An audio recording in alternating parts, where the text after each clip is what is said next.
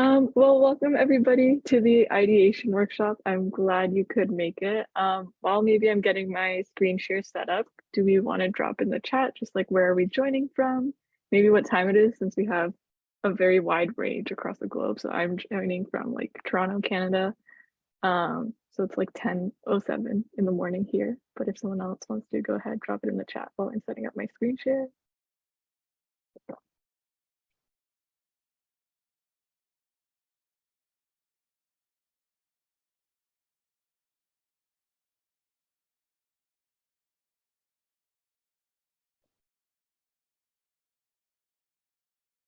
3 p.m. in Scotland, nice.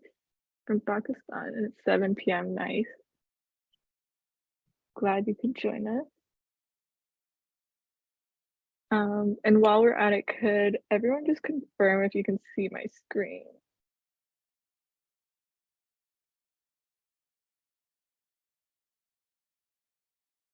Perfect, awesome. So we're gonna go ahead and get started in that case. Once again, welcome to this workshop. We're super excited you could be here, 11 a.m. in Halifax. We're gonna go through a bunch of different activities and strategies and just learn about the ideation process. So in terms of the agenda for today, I'm going to do a brief introduction to the session, which includes this agenda, but a little bit more in terms of what the expectations are. And then we're going to do sort of a team check-in / skill builder. We're hopefully going to get to learn a little bit about each other through that process, but also just get our creative juices flowing. And then we're going to go through the different elements of design. So we're not going to go into super depth because we're just like, it's an introduction. And we will learn more about it throughout the next couple of weeks through the other workshops as well. But we're going to go into sort of an overarching overview, and we're going to get to know a few strategies that will help us throughout this process. And then we're just going to wrap things up and answer any questions that come along the way. So yeah, just a little bit of introduction, a bit about me. I'm Arpita. I've worked for YIC. I also do a bunch of other things. Such as like I have my own small business. There's a couple of nonprofits I'm involved in. So ideation is something that I've been involved with for a very long time in more of the entrepreneurial space, but also the climate space, because that's something that I'm just genuinely very passionate about. And then in terms of just my educational background, I'm currently pursuing a undergraduate degree in political science and French. So that's just a little bit about me. Shitang shows your hand raised. Yes, my hands raised. So Okay. Arpita, you said something about with this YIC thing. So what is this YIC thing? It's not a self-serving question at all. Do you want to introduce the group a little bit to what YIC does and kind of what we're all about? And just a quick heads up, I'm Shitangshu. He, him. I'm one of the organizers for the hackathon alongside Arpita and Amanda, and just an amazing team from the Oath Project. And YIC Oath is a nonprofit, stands for One Act at a Time to Help the Earth. # Take the Oath. That was started in a hackathon a couple of years ago. Youth-led nonprofit started by young people across 9 time zones, really concerned about the environment but not knowing what to do. And we've gone on to do called EarthNet, which is also a partner in this particular project, which helps connect people in the climate action space. And I'm also excited to be involved in YIC, but Arpita, maybe you should explain what it is, because that's such a cool organization. And yeah. For sure. So YIC is a nonprofit organization. YIC stands for Youth Impact Challenge, which is really just a group of people based in Canada who really want to help youth accelerate and be able to make an impact on issues they're passionate about. So I think we particularly focused on 2 streams in the past, the environmental stream and then the social change stream. I've been involved in some of the programs they've offered. They usually offer a summer program, a summer competition, which is coming up. And then we've been involved in these hackathons recently. So that's something that's really exciting. If you enjoy this hackathon and you enjoy being part of this, also consider that summer competition, which will be coming up. We have lots of opportunities there as well. So I personally participated in the summer competition twice and I've benefited from it greatly. We offer mentorship, which is really insightful. Um, and yeah, that's essentially like a couple components. We also will be producing a lot more content that will be coming out. So follow us on social media at Youth Impact Challenge. We're on LinkedIn and Instagram. So check us out.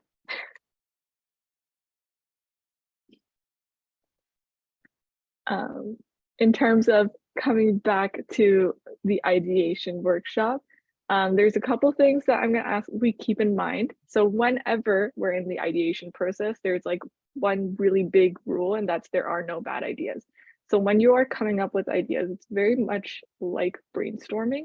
So make sure that you write everything and anything that comes to mind. There is a process we go through to ensure we narrow things down. We're going to learn about that process, but the first thing to remember is that there are no bad ideas. So even in this workshop, when we're participating in the different activities, there are no bad ideas. We'll write everything down, type everything in the chat, put things on the Jamboard. There's going to be different ways we're going to participate today. So hopefully there's one way or another that everyone can contribute. The second thing, this is a little bit more specific to this workshop and all the workshops. We're all here to learn. So I'm not necessarily an expert here. Everyone here is going to learn from each other. I'm going to learn something coming out of this, even though I'm facilitating this conversation. So we're all here with that learning, that growth mindset. So just keep that in mind. There's multiple ways of sharing. So something that I did want to try to do is make sure there's a comfortable way for everyone to participate in the workshop. So whether that is unmuting yourselves, whether that's raising your hand, whether that's typing in the chat, I really want everyone to gain something. So try to participate as much as you can in whichever capacity you're comfortable with. And then last but not least, be creative. That's another key component in the ideation process, along with anything that you participate in. Be creative, try to have growth, like try to have a variety of perspectives, try different things. And that's really something that will facilitate this whole ideation process. So with that, I know that's a lot of information. What is ideation? Just because I kind of glossed over that. It is a noun, but beyond it being a noun, it describes the process of coming up with solutions or ideas or something new that will help contribute to solving a process. So in terms of ideation, we typically have learned it I've personally been exposed to it in a business sense. That's where I've been most exposed to it, but I would say it applies to all fields and all components across the globe. It's very broad, it's very applicable to different things. And I think innovation is probably the better word to describe where it fits. So we're going to be innovative today, we're going to be creative today, and we're going to come up with some amazing ideas.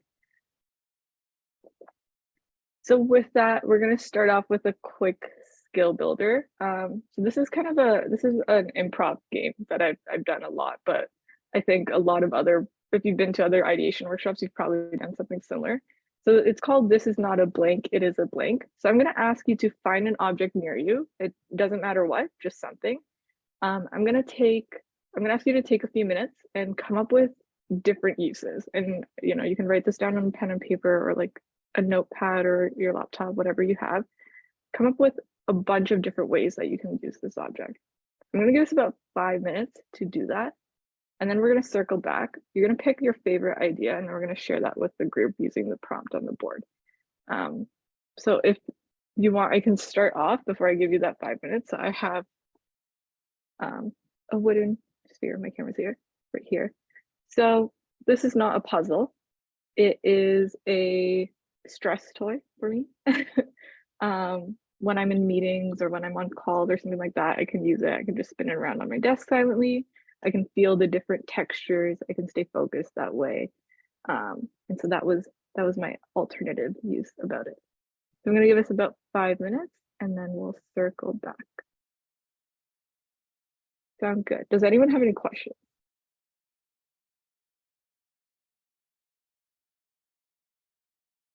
Okay. So yeah, I'll see you guys in 5 minutes.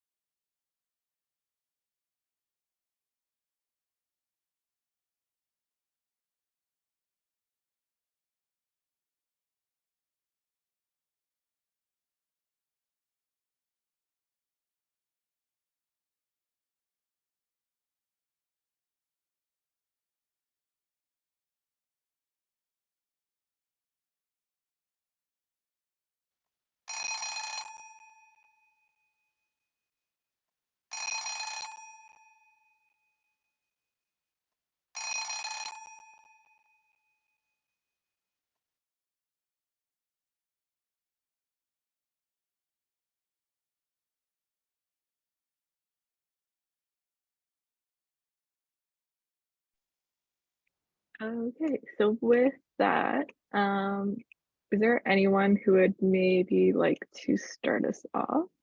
And I'll just put the prompts back on the board so you can see. Go ahead.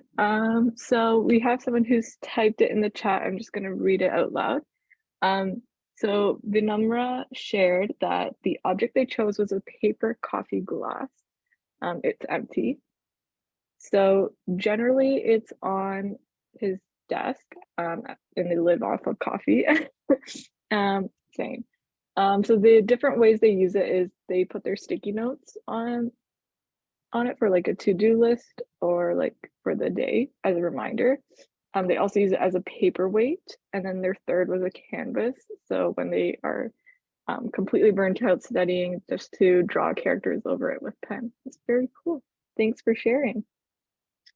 Is there anyone else who would like to maybe perhaps go next?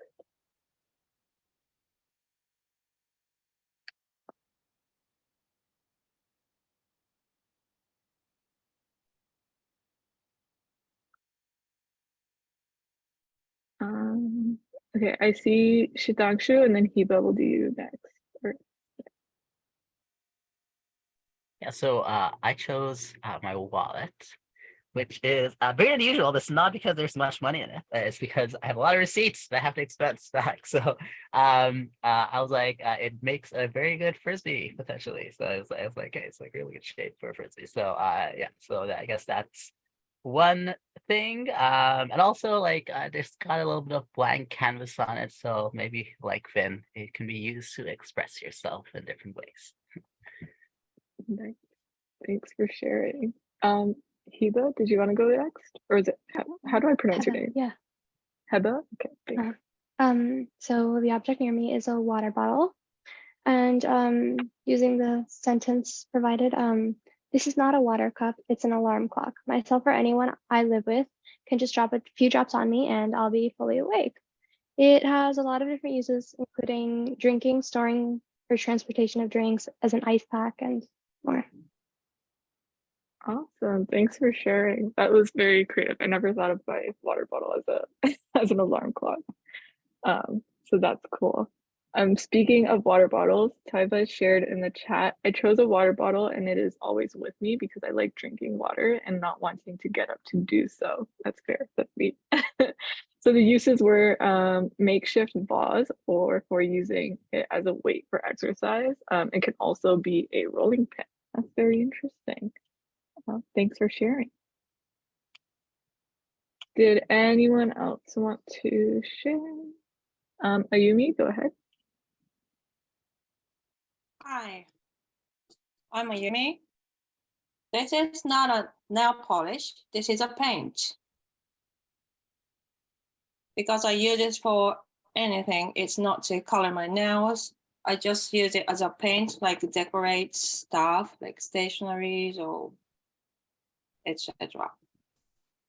Awesome. Thanks for sharing. I love that.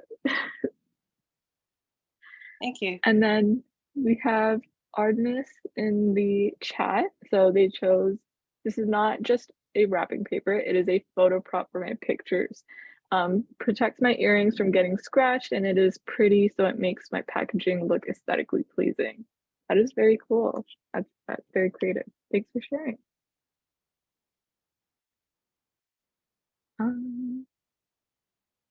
Okay. I think that's everyone. Thanks for sharing. I'm hoping that kind of got some of our creative juices flowing, and then we can sort of use that energy for the future activities. So we're going to get a little bit into design thinking. It's a brief introduction. We are going to go into more specifics in future workshops as well. So this is very much higher level overview. And then as you join the other workshops, we'll probably go into more depth. So to begin, this is kind of one very high level zoomed out version of like the ideation process, I guess, or design thinking process. There's a couple of cycles. I'd say it's very cyclical just from my experience, and other people can obviously like feel free to raise your hand or add it in the chat, but I find it very cyclical in terms of when I'm looking at ideas and problems and solutions. in that circle or in that cycle, which is very like infinity loop style in my head, I split it into two sections. And the first section is very problem focused in terms of what is the problem, what am I trying to solve? And then the second part is the solution component. So we're going to look into each part. We're going to look at different strategies that will help us navigate them because they are quite vast and broad. And that's going to be something that we use in this challenge, the Climate Makers Challenge, as well as any other innovation projects that you take part in. We're going to navigate this cycle together. So we're going to start off with the first half, which is the problem side. And we're going to look at problem statements from the perspective of design thinking.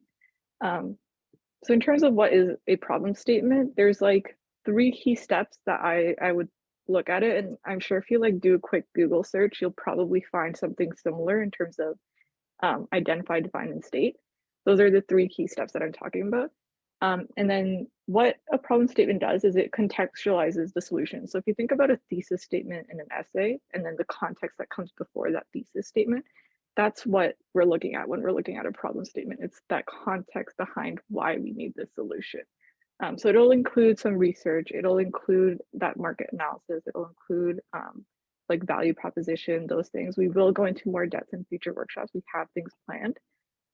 But with respect to this one right now, we're just going to look at just like how to get to the problem statement and the process to that. So yeah, it's really just the key thing to think about is it's contextualizing your solution. It is equally important to know what the problem is for you to find a solution that is applicable or that can actually solve what you're trying to solve. So in terms of the few steps, we have identify. So what is the problem? Like what is it? You're just gonna have to come up with that what. It's what gives you the itch, for example. So the reason it's an itch is because you have an itch. It's not satisfied unless you actually do something about it. So what gives you that itch? What's keeping you up at night? So with respect to this challenge, this climate change makers challenge, the climate crisis is likely something that's keeping you up at night. Why are people not doing something about it? What is something that can be done about it? Can I do something about it? What is my role? But what is it that's keeping you up? It could be that climate crisis. It could be the increase in natural disasters. It could be the increase in gravity of those natural disasters. It could be that there is an excessive amount of air pollution, noise pollution. So what is it? Like, what is the actual problem that's keeping you up at night? What is bothering you? So is it bothering you to that extent that, you know, I can't, like, unless I do something about it, there's nothing that will satisfy me. I won't be able to stop. I won't be able to stop thinking about it. So that's how you find out, like, this is a problem. This is something I'm passionate about, and this is something I want to tackle.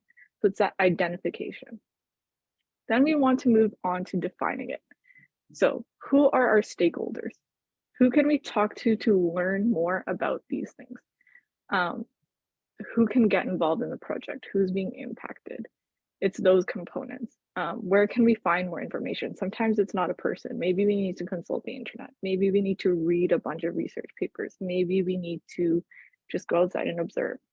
There's a whole different process, but we need to define it. So when we're looking at that first diamond so we started off with identifying a problem. It's very small, but then we get bigger because we're going to find out what actually is the problem. And there's a lot of different components. That list can be extensive. And then we're going to try narrowing it down again by answering these questions of who can we consult, where can we consult, who can we go to? And then finally, you're going to state the problem. So that is answering those W questions. So who's being impacted?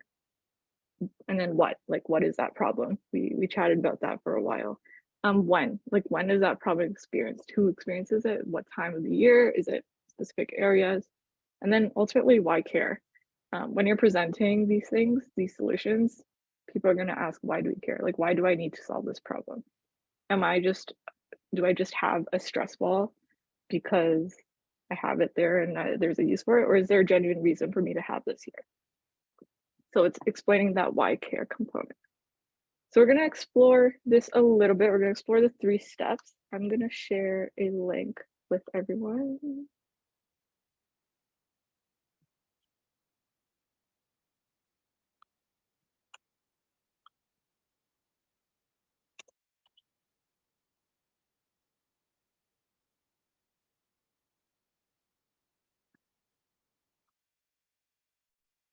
So we have a Jamboard here. So we're gonna walk through some of these questions with a climate change perspective on it. So we're first just gonna identify a bunch of problems. So if you haven't used Jamboard before, we have this section to the left over here. If you wanna add something, you're just gonna head over to the sticky note. It's right under the mouse. You're gonna click on it. And then you can type in whatever you want. So let's say natural disasters. And then you can hit save and it'll pop up here, and then we can move it around by dragging and clicking.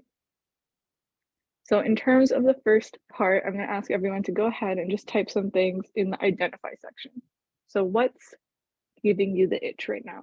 What's keeping you up at night?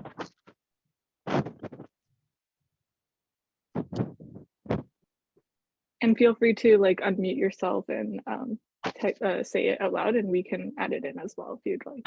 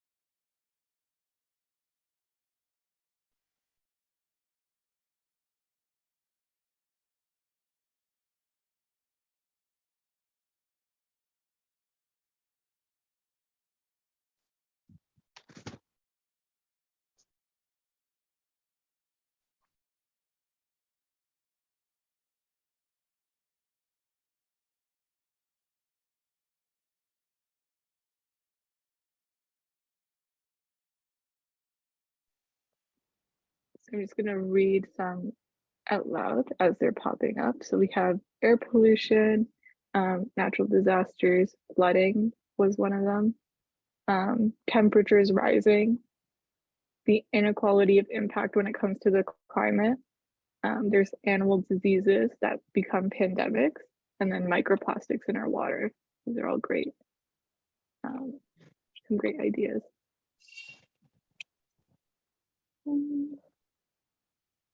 So now that we've identified some of these problems, I'm gonna, oh, there's one more. Giving youth and others the power to create change. So yeah, these are some great ideas and some great problems that we've identified. So now we're gonna move into sort of defining these a little bit. So based on what we've listed sort of in the previous slide, if you hit that arrow to the right, you should be able to get to this page. We're gonna define it a little bit more. So who can we reach out to learn a little bit more about this problem? Or where can we go? What can we consult to get a little bit more specific about what the problem actually is? The natural disaster is very large, very big. There's a bunch of them. What do I actually want to know about it in terms of the problem? So personally, it's how can we, like, in terms of response, that's something I want to learn a little bit more about. So response to natural disasters. So who can I consult? Maybe I can consult emergency response team. Maybe I can look on the internet to find some policies as to what different countries do. Maybe I can look at international policies and see what's in place in terms of natural disaster responses. So those are just like a few to name some. Again, feel free to either unmute yourselves if you feel comfortable muting. You can type it using the same sticky note function.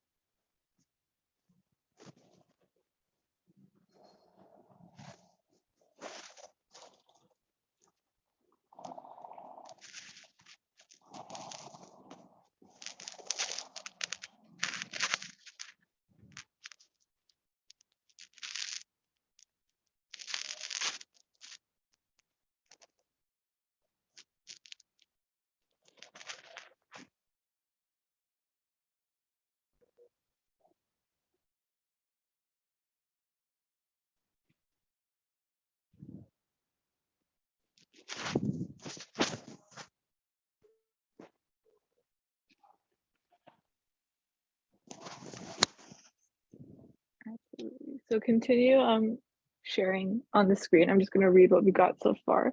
So there's current technologies that exist that can identify microplastics, and if there are ways to filter them out. So that's great. I don't know if any of, I know some of us perhaps were at the movie screening yesterday or last night, but this was something that one of the little girls was trying to tackle or bring to attention, that there is microplastics in their food as a result of plastic pollution. So very cool. Water filtration, plants and their processes, absolutely. So that's another great way to look at what's happening, what the problem is, and defining it a bit more. For exploring inequality, talking with people in different parts of the world to see how climate impacts them differently, doing secondary research into this as well. Yeah, that's another great point. Like actually being there and having conversations with the people who are being impacted directly is super, super helpful. And then secondary research as well, which, you know, there's many layers to research, but secondary research is always a great place to start. Alternative energy forms to fossil fuels are an option to reduce air pollution. Absolutely. So looking into different ways that we can produce energy, what are those options right now? Like what is currently being used as an alternative? What is the future of those alternatives? So seeing what the impact is, and again, you can do research into what that actually is.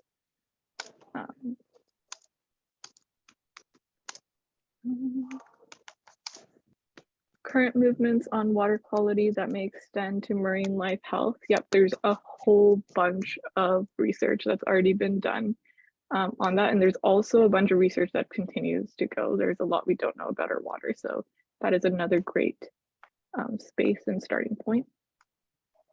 Promoting green infrastructure such as rain gardens and permeable pavements, having an early warning system so that we don't get affected by it. Absolutely. So looking at different infrastructures that exist, what can be used, what can be developed further. And again, looking into ways that we can improve the current systems that already exist.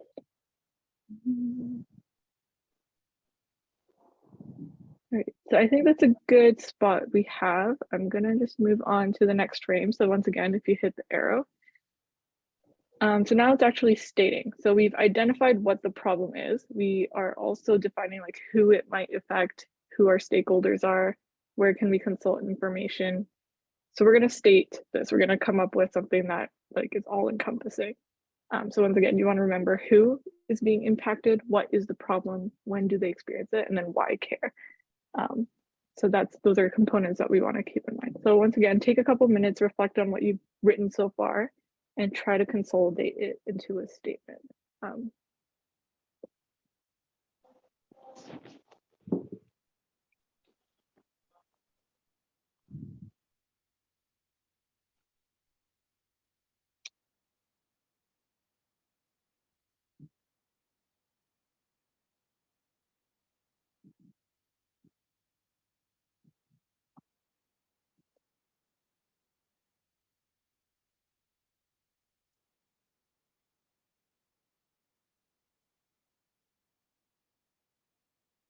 So in the chat, I just added like, what are the 4 components that we're really looking for in terms of problem statement?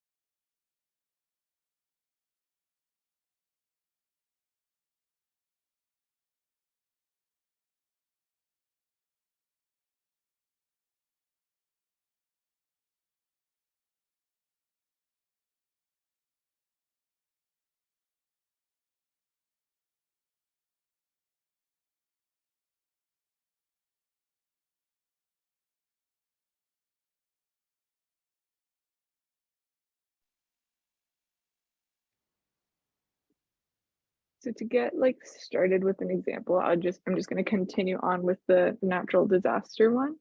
So I'm going to narrow it down a bit more and say in terms of who's being impacted.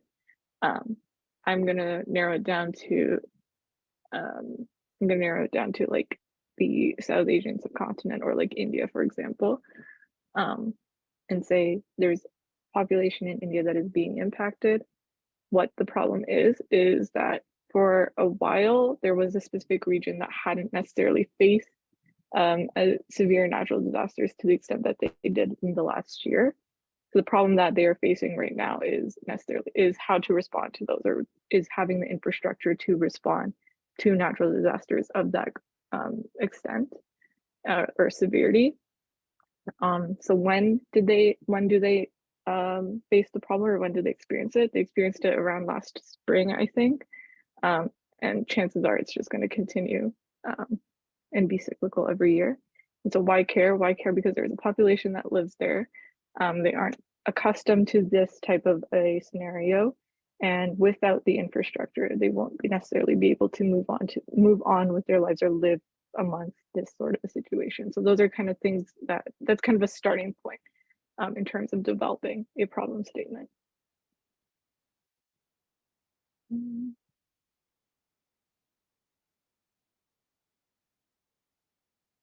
So in terms of on the Jamboard, we have maybe looking at Indigenous populations in Canada as specific stakeholder experiencing unequal climate impacts. Absolutely. So in Canada, we have a significant Indigenous population, and they are a key stakeholder. Unfortunately, they aren't necessarily consulted as often as they should be. So we do need to look at how they are being impacted and the inequality there is when it comes to climate impacts. So that is the problem. It impacts that population. That's the who and the what. The one, it's all year round, and then the why care. Why care is because it's unequal and it is impacting the population that we need to care about.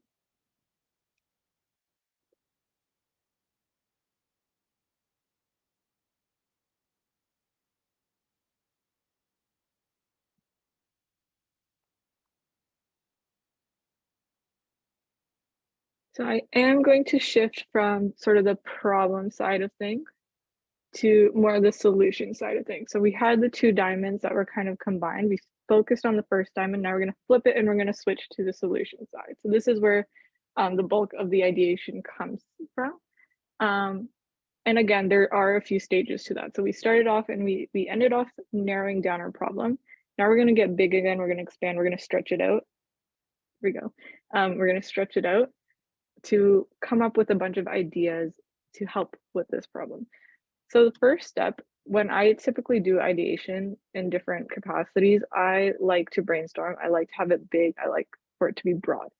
So my first activity in any capacity will be, here's a topic, and just like write down as many solutions as you absolutely can come up with. So in terms of the Climate Change Makers Challenge, I'm going to have you guys pick, just like drop in the chat maybe something that we want to focus on for this activity. Like, is there a particular problem, perhaps from the identify, that anyone wants to chat about a bit more in depth? Feel free to raise your hand or unmute yourself.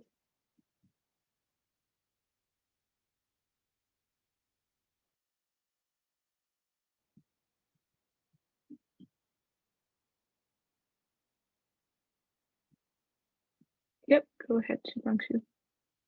Yeah, hey. So actually, this is not on this slide really, but on the previous slides. Like I was reflecting on when it comes to identifying problem statements, something I found very impactful is also reflecting on the different ways that climate might be impacting your community or yourself in different ways. And that's not to say that you can't address another person's problem well. Like in fact, I've seen many solutions where they work closely with other stakeholders. They see the impact of those other stakeholders, but it's super valuable to maybe have someone from that stakeholder trying to impact also on your team versus kind of coming in as, what, we're gonna solve your problem in my way, right? So I think having that experience, that first-hand experience of living a problem can be very powerful. And I know like like climate in a very real way is impacting all of us in different ways. And so I think it's also valuable to even reflect on how has climate had impacted me. And maybe it's just the eco anxiety that climate's giving, and that can be a springboard for stuff. It could be that, there's there's natural disasters like you brought in your example, Arpita, that can really uh, be something that you've seen like how natural disaster impacting people. It can be that you're part of the world where climate isn't taken as seriously, and so how do we engage in climate education? So like there's many real ways that we're all feeling climate change, and so I think maybe that can also be an important one, where sometimes the who could be us as part of the equation. Obviously it can't just be us. It's us and our community, and maybe talking to others in surrounding communities that might also be similarly impacted. But like I think, yeah, like maybe reflecting on the value of our own experiences as well, and in identifying problems that one will be passionate enough about to actually motivate them for at least 3 weeks and hopefully for a lifetime in terms of creating change. So yeah, maybe that's like just a reflection. Sometimes the who isn't someone else, it can even be ourselves that are part of that. That's part of the equation. Absolutely. That's like a great point. And oftentimes it is more often than not, it's coming from a personal experience. And that's where the passion comes from. So yeah, thanks for sharing.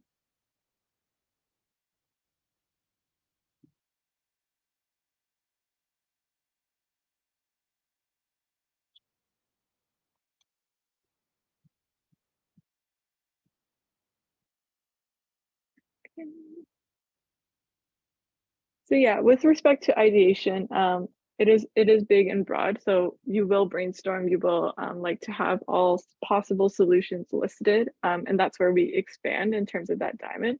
But then again, there comes a point where we need to narrow it down a bit more.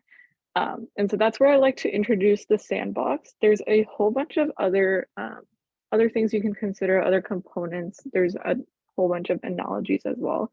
The reason I like the sandbox is just because it puts it into a very simple image in terms of what it looks like to test our solution in a bunch of different scenarios. So it's kind of like going through really what is feasible and what is possible. Not to say that you shouldn't breach the sandbox, but it's just one way of thinking about it. So the reason it's called the sandbox is because we want all the sand inside the box. We don't necessarily want the sand to get everywhere. So when we are coming up with solutions, it is important to figure out a way to make sure we keep everything within a space that we can handle it.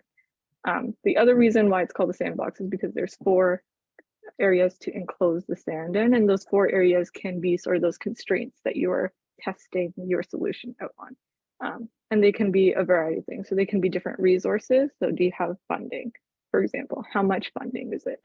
Do you have the people and the capacity to do it in that component? Do you have skills that are needed? Do you have the number of people that are needed? Do you have the time, right? It could be very simple as time. Do you have the knowledge? If you don't, can you find that knowledge? So it's looking at different things that you need and seeing whether your solution kind of fits that template, fits those constraints, and how to respond to it. So with a hackathon like this, I mean, we have a much more time, but sometimes you have like a 24-hour turnaround time. So in 24 hours, what can we get done? So is time one of those components that we want to factor in? Within our team, what skills do we have? So that might be another component. So who do we have? What members do we have? What skills do they come with? So those are different things you want to think about when it comes to looking at your solutions. And that'll narrow it down from that expansive point. You'll come down to a little bit more narrow component, and you get to the end of that solution once again. Are there any questions so far?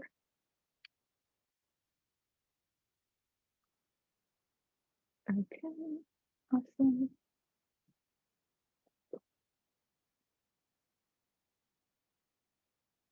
And then this is another component that like I wanted to briefly introduce. And again, some of you may know a little bit more about this than I do. So feel free to, unmute and chat about it, or even drop it in the chat if you have some insight.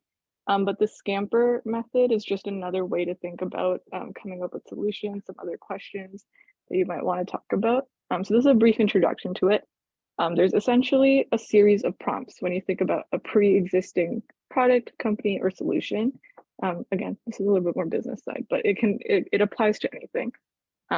So it's like there's substitute and there's questions that come along throughout the whole process. So what can we replace or change or swap with respect to this combine? Is there a way we can take things, put them together, and move forward with sort of a similar concept? Can we adapt it based on different conditions? Can we modify it? Can we put an object to another use? So that's something we did earlier on at the very beginning. Can we use one product for another item or another use? Can we eliminate something? Can we get rid of it? And then rearrange. Can we rearrange the way we go about this process in itself? Can we flip the question? So something I've seen is like, how might we get more teens to come to the gym? Another way to think about it is, how can we make the gym super unattractive for teens? And then looking at those possible solutions, and then you eliminate those components, you rearrange that equation, eliminate the things that make the gym unattractive for teens, and then you can go ahead and you're answering that original question that you had. So an example, very traditional textbook business example with this business case is McDonald's. It kind of revolutionized the fast food chain in the sense that it eliminated sort of that dine-in component with the new packaging. It was quick. You were eating it in your car. If you've seen, there's a movie that was released about like McDonald's and how it revolutionized the fast food industry. But it was very much like you grab your food, you're out of there. So they substituted a couple of things. They eliminated packaging. They eliminated the dine-in component. And so that's how they were what they are. In terms of putting things to another use, personally, for my small business, we produce upcycled bags. So we're putting fabrics that were originally designed to be curtains or like bed sheets or blankets or something like that. And we're upcycling them. We're putting them to a different use by turning it into a reusable bag. So yeah, that's just like other ways of thinking about it, other prompts. I don't know if anyone wants to add anything with respect to Scamper. Yep, go ahead. Yeah, I guess I've had a chance to use Scamper also, like yeah, kind of share this or facilitate discussions on this with various entrepreneurship kind of course and stuff. And something like I'll especially encourage, I think they're all valuable in different ways. I know there's a couple teams here which are essentially free agents. So like a bunch of people starting off as strangers, hopefully end as friends. I think one thing I love about hackathons is beyond any competition, all that kind of like, it's nice to win, but I think even more valuable is when you're able to like connect with people. I met there's a really good friend of mine that I met in a hackathon once. We were paired randomly on a team together, and we started a company later, completely unrelated to the hackathon we initially linked to. We also started a nonprofit, so like we like did a lot of cool things together and all that kind of stuff. So you're gonna have a lot of people with diverse ideas, and that's super valuable, but can also be like hard to engage with. In particular, thinking about the combined thing. And so like, if people have different ideas and different skill sets, how do we combine these different threads of an idea that you might have? Also, eliminates important. And it's very hard sometimes to say, you know what, as much as passionate as I am about the idea, it looks like my team might have another kind of concept that's really, really cool to explore. And I'm going to put this on a shelf for right now. But like, let's explore this concept, which my team's really passionate about. And so like that can be hard, especially when it's something that you came up with. But then when you're working in a group, I'm going to encourage you to also be open to maybe saying that, you know what, up to 10 million things that you could work with. Let's focus on a couple that are really, really going to be impactful and meaningful to the group as a whole, including yourself.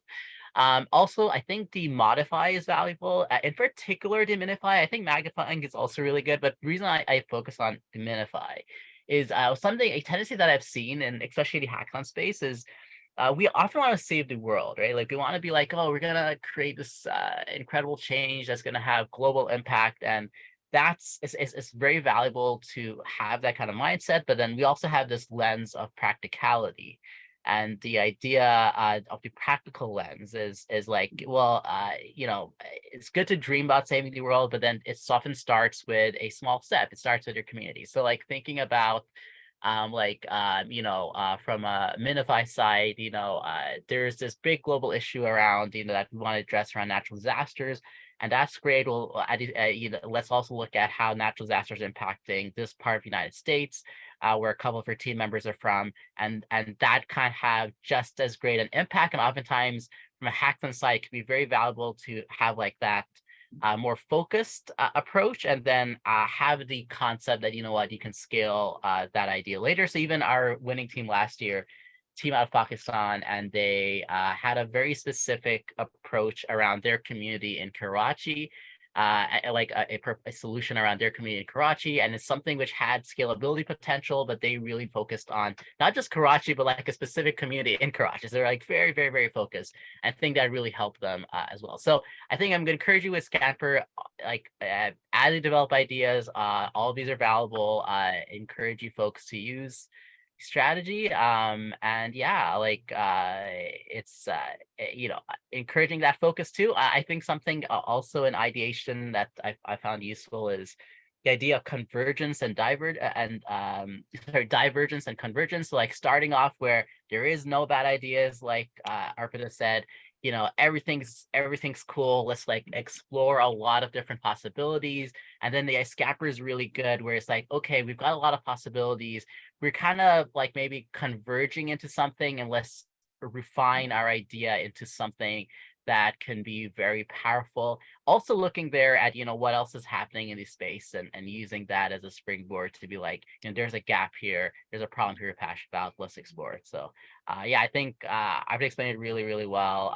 Encouraging you folks to both be super creative, and then also use this as a way to refine it into something more focused that can be powerful to explore in a hackathon. Also, remember, your idea in day 1 or day 2 might be very different from your idea in day 20 of the hackathon, as you kind of come towards the end. And the reason so be open that there's going to be a lot of adapting against Scamper and all these things that happen as you move along, as you do your research, as you talk to different stakeholders, as you build out whatever you may want to try to build out. So be very open to that change. I've had hackathons where we changed everything like 3 hours before the deadline, but that turned out to be a good decision, right? Because sometimes you learn enough stuff that you realize we may have to do one of these scamper things and shift gears a bit. So be very open, folks, as you go through things. And yeah, just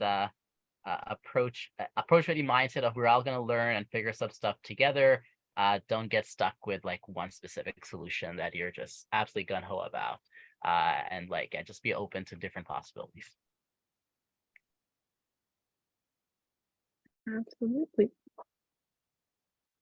And with that, sort of the end of like the formal component of this workshop. If you have any questions, feel free to add them. And then I'm gonna put Shubhangshu on the spot here, but both of us are here to like help answer these questions.